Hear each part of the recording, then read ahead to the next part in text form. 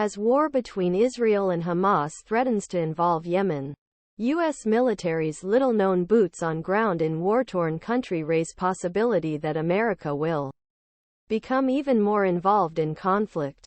On Monday, Yemen's Iran-backed Houthi rebels fired ballistic and cruise missiles at Israel, according to former CIA analyst and regional expert Bruce Riedel.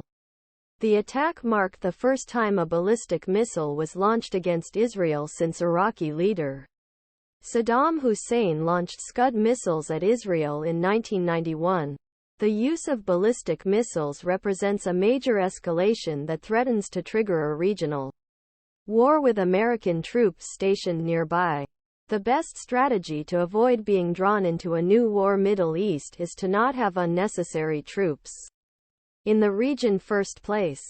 The best strategy to avoid being drawn into a new war in the Middle East is to first avoid unnecessarily keeping troops in the region and bring home those who are currently there, said Trita Parsi, Quincy's vice president. The Institute for Responsible Government is a Washington think tank that advocates a measured foreign policy. Their presence there does not make America safer. It puts America at risk of a new war in the Middle East. Although America's special operations footprint Yemen has diminished, the White House announced in June that the United States maintains combat troops Yemen. Military personnel have been deployed Yemen to conduct operations against al-Qaeda and ISIS in the Arabian Peninsula, the White House said in a previously unreported section of its latest War Powers Resolution report. Congress. The Houthis are not listed as an official target of U.S. Special Forces mission in Yemen, but Pentagon has used its authority during war against Islamic State to attack Iranian-backed groups.